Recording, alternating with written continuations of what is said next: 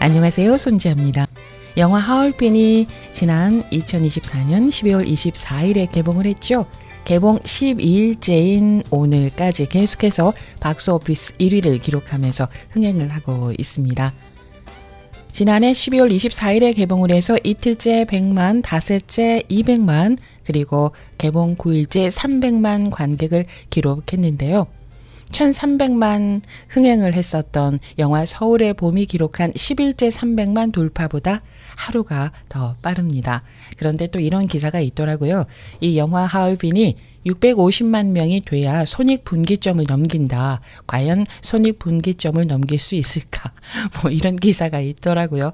조금 재를 뿌리고 싶어하는 그런 느낌이 조금 느껴지는 그런 기사였는데, 이 하얼빈이 개봉하기 전에요. 저는 그 신문에 난 평을 두어 개 읽었거든요. 어느 신문인지 기억은 잘 안 나는데 무튼 평이 좋지 않았어요. 뭐 첫 장면만 좋다 뭐 이런 내용이었는데, 그렇기 때문에 저는 영화 하얼빈에 더 많은 관심이 갔습니다. 예전에 영화 군함도가 있었잖아요. 저는 정말 감동적이었고, 그리고 제 주위의 모든 사람들이 야, 이거는 모든 한국인이 다 봐야 돼, 뭐 이런 말을 하면서 영화를 봤었는데요. 그런데 이 영화 군함도에 안티가 그때 정말 많았습니다. 그래서 아니, 이 좋은 영화를 왜 이렇게 문제가 많다고 하나 막 그랬었거든요. 그랬는데 시간이 좀 지나고 나서 보니까 왜 그때 영화 군함도에 대한 안티가 많았는지 좀 알겠더라고요. 어쨌든 영화 군함도를 통해서 저는 군함도라는 역사적인 사실에 대해서 처음 알았어요. 와, 우리 역사에 그런 게 있었구나. 그런 거 처음 알았는데 그거 하나만으로도 우리에게는 중요한 영화가 됐었고, 그때 연기도 좋았었고요. 마지막 장면은 그야말로 카타르시스를 일으키게 하는 장면이었죠. 자, 아무튼 영화 군함도가 있었기 때문에 저는 영화 하얼빈에 대해서 평이 그다지 썩 좋지 않아서 이 영화는 봐야 되는 영화이겠다라는 생각이 들었습니다. 제가 본 영화 하얼빈은 정말 예술적이었고요. 그리고 재미있었고요. 그리고 감동적이었습니다. 영화 장면 하나하나가 다 하나의 스틸 사진이었어요. 어느 곳을 찍더라도 멋진 스틸 사진이 나오는 그런 촬영이었었고요. 촬영 정말 훌륭했습니다. 그런가 하면 배우들의 연기요, 한마디로 연기 쩔었어요. 요즘 시쳇말로 정말 연기가 좋았어요. 그 전투 장면에서 나오는 그 배우들의 눈빛이 아마 우리 선조들, 독립운동을 하셨던 분들의 선조분들의 눈빛이 아마 저러지 않았을까라는 생각이 들 정도로 정말 연기가 좋았습니다. 그 헐리우드 영화에서 세계대전 장면들 많이 볼 수 있잖아요. 뭐 1차 세계대전, 2차 세계대전 전투 장면들, 그런 장면들 저리 가라 하게 그 처음에 나오는 그 전투 장면이 가슴 저리게, 가슴 시리게 아플 정도로 배우들이 연기가 정말 좋았고 촬영이 그야말로 예술 그 자체였습니다. 안중근 장군은 을사늑약 이후에 일본의 수탈이 심각해지면서 항일 의병을 조직을 하고 대한의군 참모 중장으로서 독립군을 이끌었습니다. 우리가 흔히 보통 안중근 의사 이렇게 불렀잖아요. 그런데 이 의사는 무기를 들고 일본과 싸운 분을 말하고요. 유관순 열사처럼 맨몸으로 맞선 분들은 열사라고 부른다고 합니다. 그런데 요즘은 안중근 의사가 아니고 안중근 장군으로 부르자라는 분위기인데요. 왜냐하면 대한의군 참모 중장으로 장군이었기 때문이고, 장군으로서 이토 히로부미, 그러니까 적을 저격한 거지요. 한 개인으로 한 것은 테러라고 상대방이 우길 수가 있는데, 안중근 장군은 당당하게 대한제국의 장군으로서 적을 처단한 겁니다.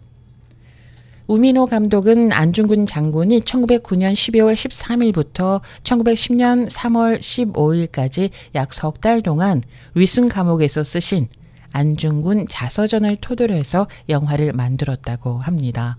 이 안중근 자서전도 한번 읽어봐야 되겠어요. 우민호 감독은 시내 21과 인터뷰를 하면서 이 안중근 자서전을 읽으면서 묵직한 감정을 느꼈고, 개인적으로도 자신의 삶을 곱씹어 뒤돌아보고 또 한편으로는 위로를 받으셨다고 합니다. 그러면서 관객도 역시 자신처럼 힘을 받았으면 좋겠다, 이런 마음으로 영화를 만들었고요. 그래서 영화를 무게감 있게 찍고 싶었다고 합니다. 또 실존 인물을 다루는 영화에서 나라를 잃은 독립군의 정신을 오락 영화로 소비하게 하고 싶지 않았고요. 또 이 하얼빈이라는 영화는 그렇게 만들면 안 됐다 이렇게 밝혔습니다. 그래서 영화가 전체적으로요 묵직하고 좀 어둡습니다. 이 우민호 감독과 홍경표 촬영 감독은 화가 카라바조의 그림을 떠올렸다라고 하는데요. 1900년대 초에 당시 사람들에게는 세상 자체가 어두웠을 것이고 일제 탄압으로부터 자유롭지 못했던 그 시대상을 영화에 구현하기 위해서는 빛이 저 멀리 있지만 작은 틈으로 빛이 들어오는 그런 방식으로 촬영을 했다고 합니다. 그래서 너무 밝게 이 영화를 찍는 거는 영화의 중심 메시지와 맞지 않다 이렇게 생각을 했다고 하네요. 그래서 영화가 전체적으로 묵직한 느낌을 주는구나 하는 것을 알게 됐습니다. 뿐만 아니라 영화가 속도도 빠르지 않아요. 그런데 묵직하고 또 빠르지 않다고 해서 절대 재미없지 않습니다. 재미있습니다. 재미있는데 빠른 속도감이 좀 덜하다라는 거겠죠. 요즘 최근에 나오는 막 빠른 속도의 영화들이 많이 나오잖아요. 그런 영화에 익숙해져 있다면 이 영화가 어쩌면은 조금은 좀 느리다라는 느낌이 있을 수도 있는데 하지만 절대 재미없지 않습니다. 재미있습니다. 시간이 얼마나 흐르는지 얼마나 가는지를 느낄 수 없을 정도로 재미가 있는데요.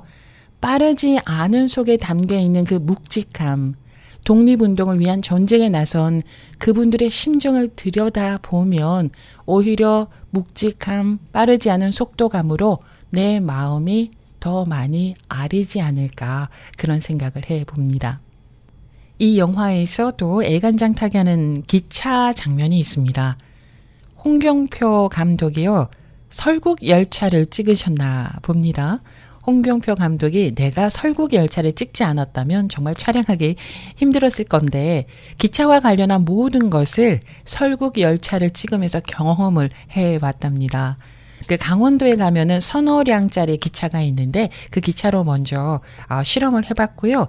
여기에 미술팀이 힘을 더해줘서 빛이 반짝반짝 빛났다 이렇게 인터뷰에서 밝혔습니다. 사람들이 기차를 수동으로 굴려가지고요. 기차가 꺾일 때의 굴곡, 흔들림 이게 진짜처럼 보일 정도로 그 섬세함에 신경을 썼다. 이렇게 밝혔네요.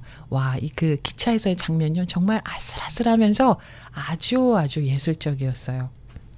이 영화에서 현빈이 연기한 안중근, 박정민이 연기한 우덕순, 유재명이 연기한 최재형은 실제 있었던 실존 인물이고요. 다른 두 사람은 허구의 인물입니다. 그 인물 가운데 공부인이란 분이 나오는데 크게 조명받지 못한 여성 독립운동가의 모습을 상징적으로 보여주고 싶어서 공부인이라는 인물을 등장시켰다고 합니다. 그리고 우민호 감독은요. 영화 하얼빈에서는 어떤 영웅을 돋보이게 하기보다는 서로 의지해 나가는 동지의 모습을 담고 싶었다라고 하는데요.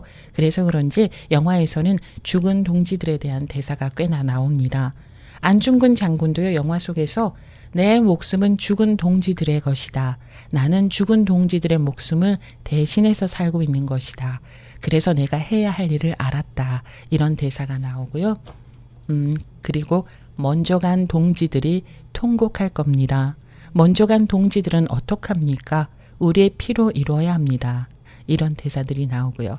또 안중근 장군은 끝까지 싸우지 않으면 아무것도 얻을 수 없습니다. 이런 대사도 합니다. 한강 작가가 이런 말 했잖아요. 과거가 현재를 돕고 죽은 자가 산 자를 구한다. 이렇게 말한 것처럼 영화 하얼빈을 보면 우리 선조들이 지금 우리를 살게 하고 있구나 하는 생각이 들어서 가슴이 먹먹해지더라고요. 대사 가운데 이토 히로부미가 하는 대사가 있습니다. 어떤 대사냐 하면은 조선이라는 나라는 어리석은 왕과 부패한 유생들이 지배해온 나라지만 저 나라 백성들이 제일 골칫거리다. 받은 것도 없으면서 국난이 있을 때마다 이상한 힘을 발휘한단 말이지. 이런 대사가 있습니다. 그쵸? 우리 국민들의 정말 크나큰 힘이 반만년 역사를 이끌어오고 있는 거죠. 우민호 감독은 이토 히로부미의 그 대사는 어딜 가나 조선 민초들의 눈빛에 두려움을 느낀 이토가 실제로 한 말입니다. 이렇게 인터뷰에서 밝혔습니다. 자, 영화의 마지막 나레이션이 정말 압권인데요.